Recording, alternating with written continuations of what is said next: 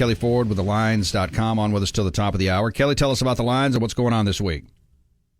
Yeah, Jake's over at thelines.com. Got you covered with everything NFL playoffs, some NBA stuff going on too. My contributions to thelines.com really winding down as I am a college football contributor for this season, and with this season now behind us with the national championship game last night, the focus really on the NFL and some of the other sports that we still got going on. But it's a great website. It's got lots of content, all sorts of betting advice and information. So if you're into sports wagering, thelines.com certainly a good place for you to check out and get your betting fix.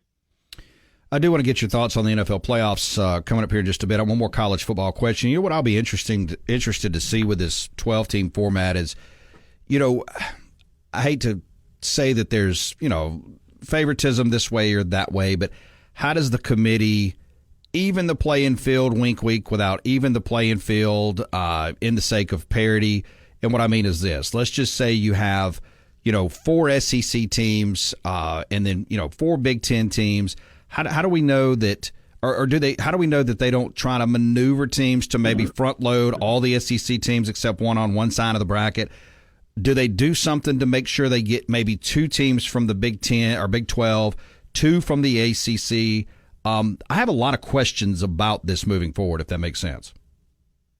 Yeah, I certainly do as well, Jake. And listen, after what happened this year with the final CFP rankings in Florida State, I won't even really pretend to know or to guess that I know what the committee is thinking or is going to do. I never would have imagined a world in which an undefeated Power 5 champion in the 4-team playoff era was left out in a scenario where it wasn't in favor of another undefeated team, right? So I don't really know what to expect or project here from the committee.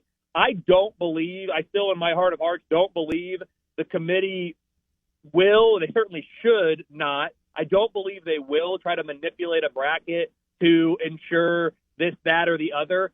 I think they need to follow their protocol, their process, which I have advocated for needs updating, but I think they will follow that to the best of their ability and hopefully do what they're charged with doing, which moving forward will be to properly select and seed the 12 best college football teams with the resumes that they put together to date.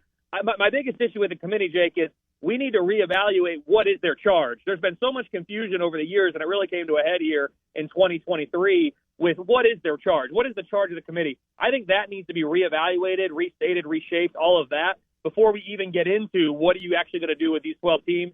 I would certainly hope, though, that they wouldn't be manipulating the bracket to achieve some sort of outcome. Again, after this past year, I have no idea. Looking towards the weekend, the NFL playoffs, Super Wildcard weekend, you got a lot of great games. Which games are you most interested in as you turn towards the weekend? Yeah, it is exciting. And, of course, I'm from Indianapolis, live in Indiana still, and so heartbreaking for the Colts and how it all went down this past weekend, home game against the Texans and a win and in. Could not get it done. But to me, as I look at this, I'm interested in a handful of these games. What draws attention to me would be, Kansas City. That's a team that they haven't played as good as they probably should have throughout the course of this year, but here they are playing at home. I know they put that game on Peacock, trying to get all the Swifties to sign up for Peacock, which is interesting to me. Buffalo, that's another one. Of course, they win the division after coming back in Miami and getting the win on Sunday night. So I'm over in the AFC looking to see really,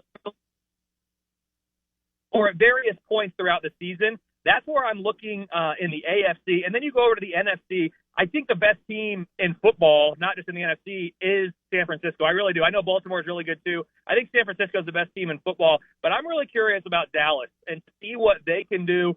Everyone knows it's been a very long time since they've won a Super Bowl or really had any level of meaningful success in the postseason. But Dallas is the team to me that I'm looking at in the NFC to see what can they do here in the playoffs. Of course, Detroit, there's the storyline as well. I know this is a team, you've got Matthew Stafford going up against Jared Goff and the trade that happened, and both these quarterbacks facing their former team. There's plenty of storylines to go around. I'm really focused on who I believe are the contenders. Those are really the one seeds and those others that I mentioned. It's going to be a fun weekend regardless.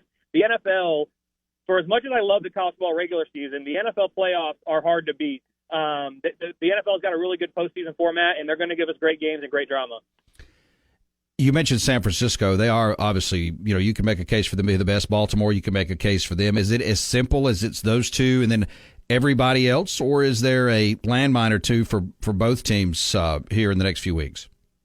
I think there are certainly landmines, Jake, but those two teams, they are the number one seeds for a reason, and they are the best teams in their respective conferences. Now, we do get upsets all the time. I mentioned Dallas, in the NFC. I also think Detroit, if they can have things break their way, I think they're an interesting team. And then in the AFC, it is Buffalo. That was a team, man, everyone buried them, and I can understand why based on how they were playing, but that's a team the prognosticators said over and over, don't let that team in, don't let that team in. Well, not only are they in, but they're in there as the number 2 seed winning the division. So that's a team that I know Baltimore was certainly hoping wasn't going to make the playoffs.